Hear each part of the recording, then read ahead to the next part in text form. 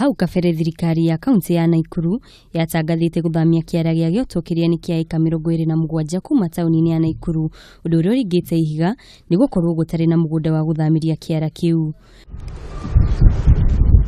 Rĩu thirikari ya kaunti ĩno nĩ inyitanire na gikundi kia Green Belt Movement na ikundi ingĩ cia andũ kĩũmbe guthondeka bataraitha gutumira giko kĩrĩa aikari ya kaunti ĩyo mateaga. We have demarcated our dump site into several portions for what type of waste will go in a certain sector.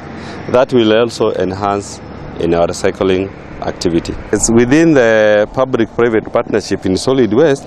We have more than 31 groups working in Nakuru County. But those who are involved in recycling, we have not really formalized, but we are still collecting data. Mutafariri wa maria maturigicĩirie kaunti-inĩ ĩyo, Samigige, augĩte nĩ megũkorwo magĩaka rũthingo rũrĩa rũgũkorwo rũrigicĩirie kĩara kĩu kũgirĩrĩria gĩko kĩu gũkuo nĩ maĩ. We are sure that soon we will not be having the spillover the road reserve. Through the partners, we are going to enhance recycling by constructing sheds.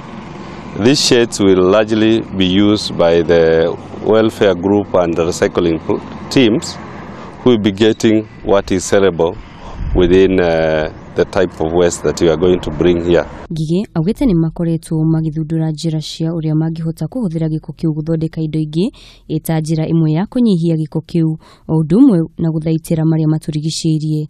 And we are hoping this will create market for waste, because I see that we might have in the future where your waste will be stolen. That's what we are thinking, that we might have that in the future, and that will reduce the amount of waste that is going to be buried within this dump site.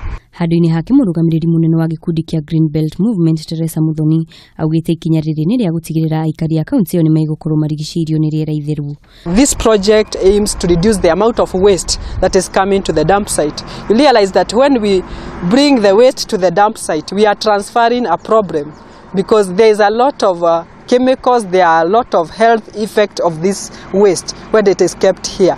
So what we are doing is that we have a project that we want to make sure that the waste that is coming to this dump site is reduced. We want to make sure that waste is a resource. Mutafariri wa rũhonge rwa NEMA Robert Orina augĩte kĩara kĩu gĩtikinyanĩirie ikĩro na kwambĩrĩria gwa tabarĩra ĩno kaunti-inĩ ĩyo nĩ gĩgũkorwo kũrĩ ũteithio mũnene harĩ kwambatĩria ikĩro cia ũgima mwega wa mwĩrĩ o ũndũ ũmwe na ũtheru wa marĩa maturigicĩirie.